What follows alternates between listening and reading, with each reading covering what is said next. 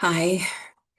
Um, Yesterday I made a video and I talked about how the image of God on us is part of that. A piece of that is the unlimited potential for good, the unlimited potential for humans to do good on this earth. And I referenced Jesus and his ministry, and I referenced Paul and Peter and their ministries, and how they could touch something and it could be taken to someone and they could be healed just from that object. But today they were all, I mean, Jesus is God in the flesh, and Paul and Peter were some of the greatest apostles that ever lived. But today I want to talk about the unlimited potential of just regular people like you and me to do good and to bring about good. And I thought we could work from Acts chapter 12. So I'm going to read it to you and talk about its relationship to the topic. So it says, starting in verse 1, now about that time, Herod the king stretched forth his hand to vex certain of the church. This is the early church. This is the beginnings of the church. And that's what's happening here. And he killed James, the brother of John, with the sword. And so this is the persecution of Christians, obviously, in the killing, the martyrdom of Christians. And because Herod saw it pleased the Jews, he proceeded further to take Peter also.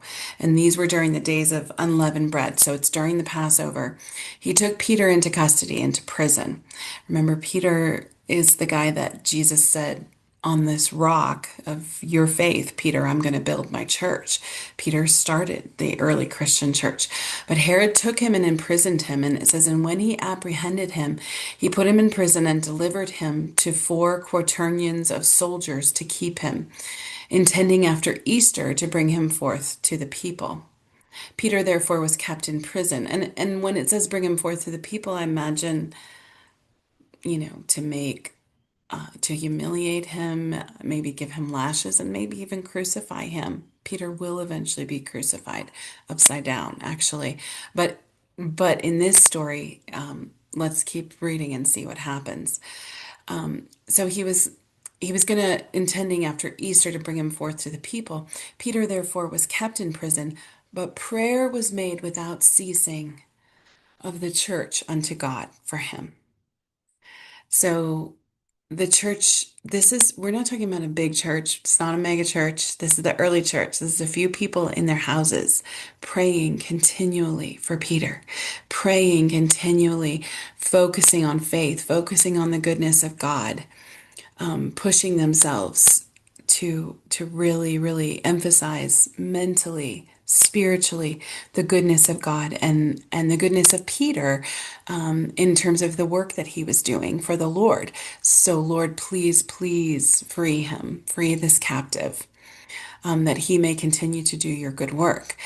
And and so it says, and when Herod would have brought him forth, the same night Peter was sleeping between 2 soldiers, bound with 2 chains, and the keepers before the door kept the prison.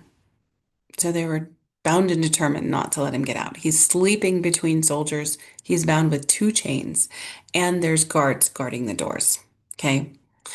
And behold, the angel of the Lord came upon him. This is because of the prayers of the people. It came upon him, and a light shined in the prison, and he smote Peter on the side. So he smacked him on the side, or nudged him, or pushed him, and raised him up, saying, arise up quickly. And his chains fell off from his hands. And the angel said unto him, gird thyself and bind on thy sandals. And so he did. And he said unto him, cast thy garment about thee and follow me.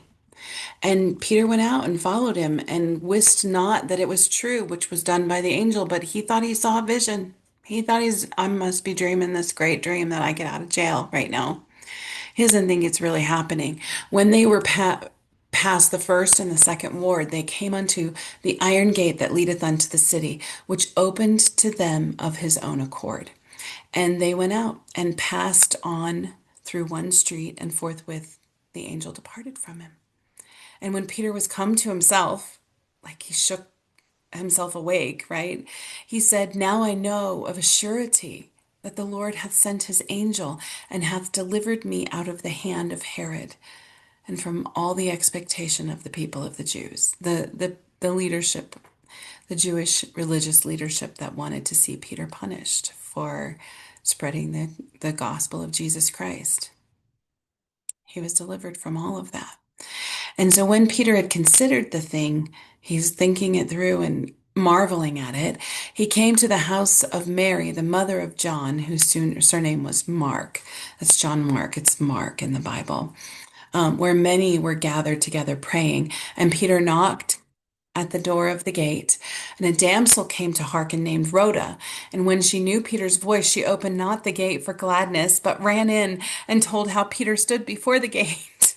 She didn't open it and let him in. She said, "You can't believe who's out here. It's Peter." And they said unto her, "Thou art mad. You're crazy. Peter is in jail. He's guarded by two guards. He's bound by two chains. There's a prison guard outside. It's not Peter." But she constantly affirmed that it was even so. Then said they, "It's his angel. He's been killed." We're seeing a vision of his angel, his ghost, basically. But Peter continued knocking. Ghosts generally don't do that. And when he had opened the door, and when they had opened the door and saw him, they were astonished. But he, beckoning unto them with the hand to hold their peace, declared unto them how the Lord had brought him out of the prison. And he said, "Go show these things unto James and to the brethren." And he departed and went into another place. And now, as soon as it was day, there was no small stir among the soldiers. What was become of Peter? No small stir. They're like, "Where did he go? We were sleeping next to him. We were attached to him with chains. Where is he?" And the reason I wanted to tell this story is those people together, working together, had unlimited potential to do something good. And obviously God gets the credit and the glory. But we are his helpmeet. We are created as the bride of Christ to do the works on this earth. An unlimited potential for good by praying. Just by praying, they were able to invoke, it's not the word invoke, to request, I guess, an angel, to request freedom for Peter, and God used an angel to free him. They were able to do that in their capacity, given to them by God with the image of God upon them, to have unlimited potential for good. And we can still do this today. We can pray someone free. We can pray together to set them free from their chains and their bonds, from wrongful imprisonment, from the bonds of sin, slavery. We can pray for them to be freed from that, that they might go forth and do those good works for which they were created. Remember, if we were created with unlimited potential for good, it's like, remember when Jesus said, salt is good, right? But if salt has lost its savor, wherewith shall it be salted? What's the point of it anymore? That's the way humans are. If a lawnmower was created to mow a lawn and it won't mow, it won't start, or the blades won't work, what's it good for? To be cast out, right? It's useless.